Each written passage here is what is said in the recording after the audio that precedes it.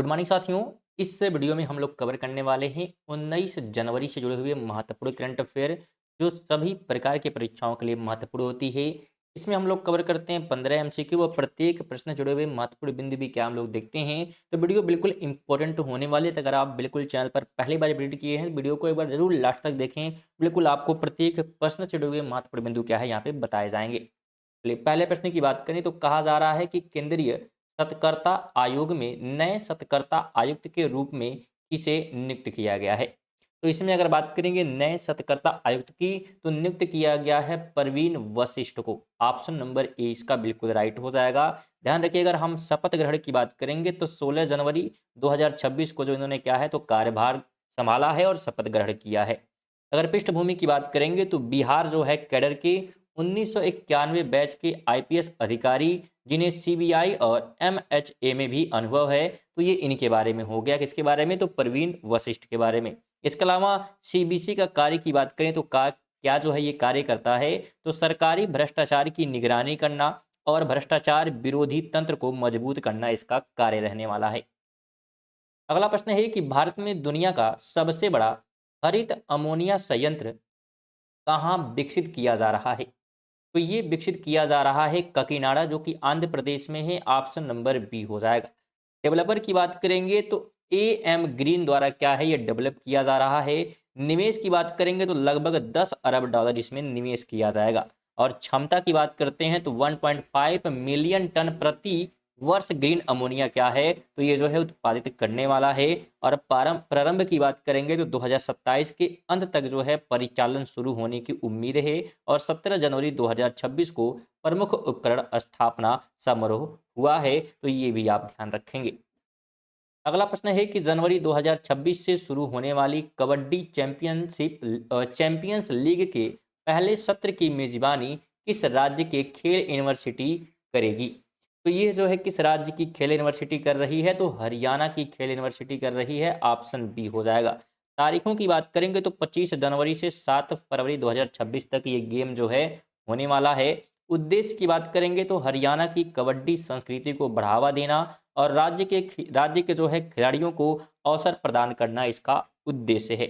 बात करें मैचेस की तो प्राइम टाइम्स स्लॉट शाम जो है 7 8 9 बजे में क्या है होने वाले हैं। और प्रसारण की बात करेंगे तो जी चैनल्स पर डीडी स्पोर्ट और डिजिटल प्लेटफॉर्म पर क्या है तो हम इन मैचों को जो है लाइव क्या है तो देख सकते हैं। तो ये ध्यान रखें। और की बात करें प्रधानमंत्री नरेंद्र मोदी किस राज्य में काजीरंगा एलिवेटेड कॉरिडोर की आधारशिला रखेंगे। तो ये आधारशिला जो है असम में रखा जाएगा प्रधानमंत्री मोदी के द्वारा। ऑप्शन ए हो जाएगा। ध्यान रखना है 18 जनवरी 2026 को असम राज्य के नागांव जिले की कलियाबोर में काजीरंगा एलिवेटेड कॉरिडोर की आधारशिला रखी गई यहाँ पे। और इस कॉरिडोर की निर्माण की बात करेगा लगभग तो 6,957 करोड़ खर्च होने का जो है अनुमान है इस पे। लंबाई और विस्तार की बात करें इस कॉरिडोर की तो यह प्रोजेक्ट जो है लगभग 86 किलोमीटर लंबा है जिसमें काजीरंगा नेशनल पार्क के बीच से गुजरने वाला 35 किलोमीटर लंबा एलिवेटेड यानी कि ऊंचा वन्य जीव कॉरिडोर शामिल है। इसमें जखला बंधा और बोका खात में बाईपास 21 किलोमीटर और मौजूदा की बात करेंगे एनएच 715 को 4 लेन का जो है बनाना लगभग 30 किलोमीटर तक क्या है तो इसमें शामिल है इस कॉरिडोर में। 5 की बात करेंगे तो केंद्र सरकार ने 16 जनवरी 2026 को किस प्रमुख पहल की 10वीं वर्षगांठ मनाई है। तो ये वर्षगांठ जो है स्टार्टअप इंडिया की जो है 10वीं वर्षगांठ मनाई गई 16 जनवरी को। ऑप्शन सी हो जाएगा। शुरुआती तिथि की बात करेंगे तो 16 जनवरी 2016 को जो इसकी शुरुआत की गई थी स्टार्टअप इंडिया की। उद्देश्य की बात करेंगे तो भारत को जो है नौकरी चाहने वाले और भारत को जो है नौकरी चाहने वाले नौकरी बनाने वाले राष्ट्र में बदलना उद्यमिता और नवाचार को बढ़ावा देना इसका उद्देश्य था। महत्व की बात करेंगे तो इस दशक में भारत का स्टार्टअप इकोसिस्टम बहुत बड़ा है। 2 लाख से अधिक स्टार्टअप को मान्यता मिली है जो रोजगार और आर्थिक विकास में योगदान दे रहे हैं। 6 नंबर कहता है कि tourism and soft power diplomacy reflection of India's G20 presidency नामक पुस्तक के लेखक कौन है। तो इस पुस्तक को लिखा गया है डॉक्टर ऐश्वर्या सिंह रायकवार के द्वारा। ऑप्शन नंबर बी हो जाएगा।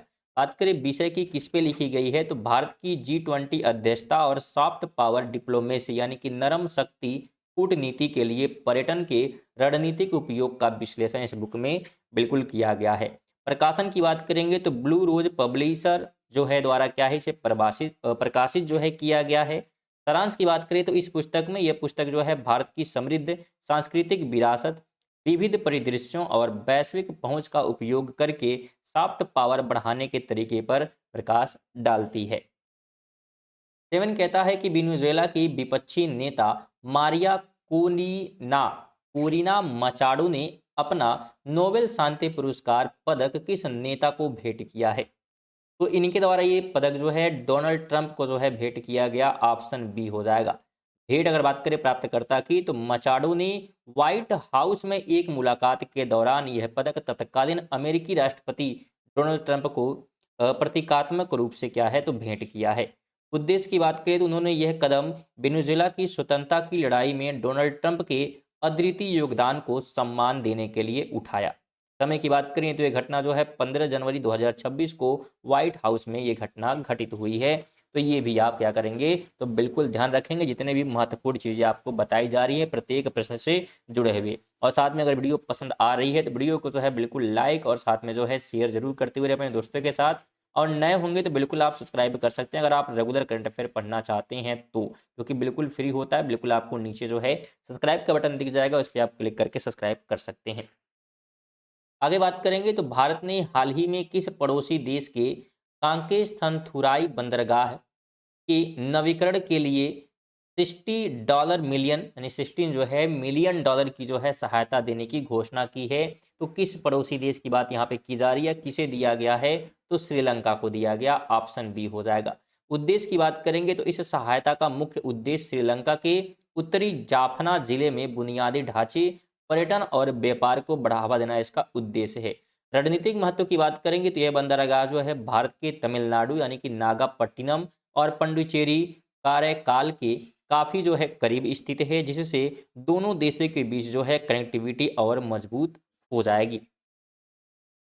9 की बात करते हैं। हाल ही में किस देश के पूर्व राष्ट्रपति यून सुक यूओल को मार्शल लॉ मामले में 5 साल की जेल की सजा सुनाई गई है? तो ये सजा जो है किस देश के जो है पूर्व राष्ट्रपति को सुनाई गई है, तो ये है दक्षिण कोरिया के। ऑप्शन नंबर बी हो जाएगा। सजा की बात करेंगे बिल्कुल 5 साल की जो है कैद यहाँ पे। आरोप की बात करेंगे किस आरोप में दिया गया है, तो दिसंबर 2024 में मार्शल लॉ लगाने, जांच में बाधा डालने और संवैधानिक प्रक्रियाओं को कमजोर करने के आरोप में इन्हें ये सजा दी गई है। न्यायालय की बात करेंगे तो सियोल सेंट्रल डिस्ट्रिक्ट कोर्ट ने क्या है तो ये सजा जो है इनको सुनाई है। महत्व की बात करें तो यह जो है यूनसुक ये ओल के खिलाफ 8 आपराधिक मामलों में पहला फैसला है और उन पर अब विद्रोह के आरोप में भी मुकदमा चल रहा है। 3 की बात करेंगे। प्रधानमंत्री नरेंद्र मोदी ने पश्चिम बंगाल के किस रूट पर भारत की पहली वंदे भारत स्लीपर ट्रेन को हरी झंडी दिखाई है? तो रूट की बात करेंगे तो यह जो है हावड़ा और गुवाहाटी के बीच जो है ये क्या है तो वंदे जो है अगर बात करेंगे भारत जो है स्लीपर ट्रेन को हरी झंडी दिखाई गई है। तो बिल्कुल ये ट्रेन जो है हावड़ा जंक्शन जो कि पश्चिम बंगाल में है और कामाख्या जो कि गुवाहाटी असम के बीच जो है चलने वाली ट्रेन है। यात्रा के समय की बात करेंगे तो जो है फूली जो है बात करें तो एसी ट्रेन लगभग 14 घंटे में 958 किलोमीटर की दूरी जो है तय करेगी, जिससे इस रूट पर यात्रा का समय लगभग 2.5 घंटे जो है कम हो जाएगा, बिल्कुल 2.5 घंटे कम होने वाला है। और उद्घाटन तारीख की बात करें तो प्रधानमंत्री ने शनिवार 17 जनवरी 2026 को इस ट्रेन को हरी झंडी दिखाई है। 11 कहता है कि प्रसिद्ध जो है राजा रानी संगीत महोत्सव का आयोजन किस शहर में किया जा रहा है? तो इसका आयोजन जो है भुवनेश्वर में यानी कि उड़ीसा में किया जा रहा है। बी ऑप्शन हो जाएगा। समय की बात करेंगे तो हर साल जनवरी में आमतौर पर 18 से 20 जनवरी के आसपास जो है ये सेलिब्रेट किया जाता है। उद्देश्य की बात करेंगे तो भारतीय जो है शास्त्रीय संगीत यानी कि हिंदुस्तानी, कर्नाटक, ओडिसी की समृद्ध जो है परंपराओं का जश्न जो है मनाना इसका उद्देश्य रहता है। आयोजक की बात करेंगे तो ओडिशा पर्यटन और भुवनेश्वर संगीत मंडल द्वारा क्या है इसे आयोजित किया गया है। विशेषता की बात करेंगे तो 11वीं सदी के ऐतिहासिक राजा रानी मंदिर के पृष्ठभूमि में होता है, जो रोशनी से जगमगाता है। प्रस्तुतियों की बात करें तो वरिष्ठ और युवा शास्त्रीय संगीतकारों का जो है यहाँ पे जो है प्रदर्शन होने वाला है, तो दोनों यहाँ पे प्रदर्शन करने वाले हैं। 12 की बात करेंगे तो बागुरुम्बा दोहा 2026 सांस्कृतिक कार्यक्रम किस राज्य की समृद्ध विरासत और ऐतिहासिक संस्कृति उत्सव को प्रदर्शित करती है? तो यह जो है प्रदर्शित करती है असम की जो है सांस्कृतिक जो है विरासत को, समृद्धि को। ऑप्शन नंबर बी हो जाएगा। बिल्कुल। राज्य और समुदाय की बात करेंगे तो असम का जो है बोडो समुदाय क्या करता है, बिल्कुल ये दिखाता है। और प्रमुख नृत्य की बात करेंगे तो बागुरुम्बा जो फूलों, तितलियों और पक्षियों की नकल करता है। कलाकार की बात करेंगे तो लगभग 10,000 से अधिक जो है बोडो कलाकारों ने एक साथ नृत्य जो है प्रस्तुत किया यहाँ पे। महत्व की बात करें तो बोडो संस्कृति, पहचान और असम की विविधता का उत्सव ये है। स्थान और समय की बात करें तो गुवाहाटी के सरू सजाई स्टेडियम में 17 से 18 जनवरी 2026 को जो है इसका आयोजन किया गया। अगला प्रश्न कहता है कि प्रधानमंत्री विश्वकर्मा योजना के अंतर्गत प्रधानमंत्री विश्वकर्मा हाट 2026 का आयोजन किस स्थान पर किया जा रहा है? तो इसका आयोजन जो है दिल्ली हाट जो कि नई दिल्ली में है, बिल्कुल ऑप्शन नंबर बी हो जाएगा, यहाँ पे आयोजित हो रहा है। दिनांक की बात करेंगे तो 18 से लेके 31 जनवरी 2026 तक जो है इसका आयोजन होने वाला है। आयोजक की बात करेंगे तो सूक्ष्म लघु और मध्यम उद्यम मंत्रालय द्वारा क्या है इसका आयोजन किया जा रहा है। उद्देश्य की बात करेंगे तो पारंपरिक शिल्पकला और सांस्कृतिक विरासत को प्रदर्शित करना, कारीगरों को बाजार से जोड़ना और उनकी आय बढ़ाना उद्देश्य रहने वाला है। इसके अलावा भागीदारी व की बात करेंगे तो देश भर के सभी जो है राज्यों और केंद्र शासित प्रदेशों के 117 से अधिक जो है कारीगर भाग इसमें ले रहे हैं, तो ये भी आप ध्यान रखें। अगला प्रश्न है कि छठी जो है आसियान भारत डिजिटल मंत्रियों की बैठक का मुख्य विषय क्या था? तो इसका जो मुख्य विषय रहने वाला है अनुकूल आसियान, कनेक्टिविटी से कनेक्टेड इंटेलिजेंस तक। तो ये क्या है इसका थीम रहा, बिल्कुल बी हो जाएगा। फोकस की बात करेंगे तो डिजिटल समावेशन, एकीकरण और साझा डिजिटल भविष्य के लिए क्षेत्रीय जो है सहयोग को मजबूत करना, इस पे मुख्य रूप से फोकस लोगों ने किया, बात किया। और प्रमुख घोषणा की बात करेंगे तो आसियान भारत डिजिटल कार्य योजना 2026 को मंजूरी दी गई, तो ये प्रमुख घोषणा जो है उसमें की गई। इसके अलावा भारत के योगदान की बात करेंगे तो यूपीआई, आधार और डिजी लॉकर जैसे डिजिटल पब्लिक इंफ्रास्ट्रक्चर को साझा किया गया इस मीटिंग में। 15 नंबर है कि हाल ही में फाइटो प्लांकटन प्रस्फुटन के कारण चर्चा में रहा चैथम द्वीप समूह किस देश का हिस्सा है? तो यह जो है हिस्सा है न्यूजीलैंड का, ऑप्शन नंबर बी हो जाएगा। ध्यान रखना यह जो है न्यूजीलैंड के दक्षिण द्वीप से लगभग 800 किलोमीटर पूर्व में प्रशांत महासागर में स्थित एक द्वीप समूह है। भौगोलिक स्थिति की बात करेंगे तो यह न्यूजीलैंड का सबसे जो है पूर्वी क्षेत्र है और दुनिया के उन पहले स्थानों में से है जहां हर दिन सूर्योदय सबसे पहले होता है। इसके अलावा फाइटोप्लांकटन का महत्व की बात करें तो यह जो है सूक्ष्मजीव समुद्री खाद्य श्रृंखला का आधार है और प्रकाश संश्लेषण के माध्यम से पृथ्वी की ऑक्सीजन का एक बड़ा हिस्सा जो है पैदा करते हैं। तो ये इनके बारे में हो गया। ये हमारे थे स्टूडेंट 15 करंट अफेयर। तो वीडियो बिल्कुल आपको कैसी लगी बिल्कुल कमेंट बॉक्स में बताकर जाएं। थोड़ा सा समय निकालकर वीडियो को लाइक ज़रूर कर दें। विशेष तौर पर निवेदन आप सभी से रहती है कि वीडियो को शेयर कर दीजिएगा और नए होंगे तो बिल्कुल आप सब्सक्राइब कर सकते हैं, जो कि बिल्कुल फ्री होता है, कोई पैसा लगता नहीं, तो बिल्कुल आप सब्सक्राइब कर लें। नीचे आपको सब्सक्राइब का बटन दिख जाएगा। चलिए इसी के साथ जो है मिलते हैं अगली वीडियो में, तब तक के लिए जय हिंद, वंदे मातरम।